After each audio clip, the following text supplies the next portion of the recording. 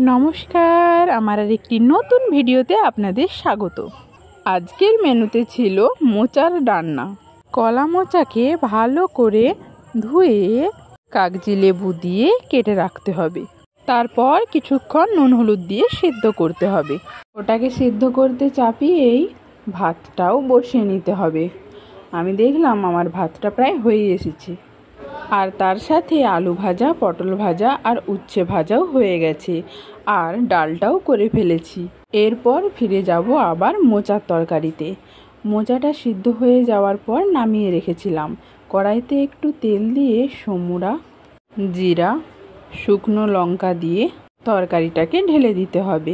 ব্যাস, একটু নাড়াচাড়া করে সমুরে দিলেই হয়ে গেল মোচার তরকারি।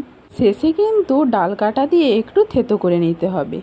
রান্না বান্না শেষ হওয়ার পর গিয়েছিলাম মামা বাড়ি, কারণ সেইখানে হচ্ছে মনসা পূজা। এটা আমার হাজব্যান্ডের মামা বাড়ি ছিল। সেখানে খিচুড়ি টিচুড়ি খেয়ে বাড়ি ফিরলাম। এখানে মায়ের প্রতিমাটাও ছিল অসাধারণ। একসাথে জোড়া দুটো মা মনসার প্রতিমা ছিল। দুজনকেই পরানো হয়েছিল টাকার মালা। 2 দিন ধরে চলবে পুজো। এই মন্দিরটা হরিরামপুর সাহেব ঘাটের দিকে।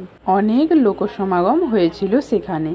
সবাই একসাথে মাটিতে বসে খিচুড়ি খাওয়ার মজাটাই ছিল আলাদা। আজকের ভিডিওটি এই পর্যন্ত। ভালো লাগলে লাইক, কমেন্ট, শেয়ার করতে ভুলবেন না কিন্তু। ধন্যবাদ, শুভরাত্রি, সবাই ভালো থাকবেন।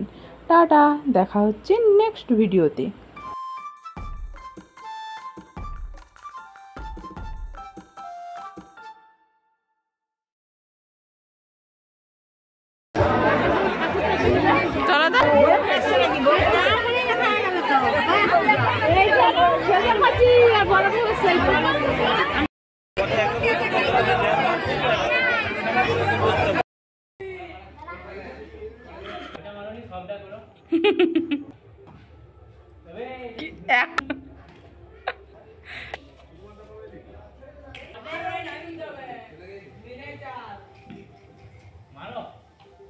ঠিক আছে।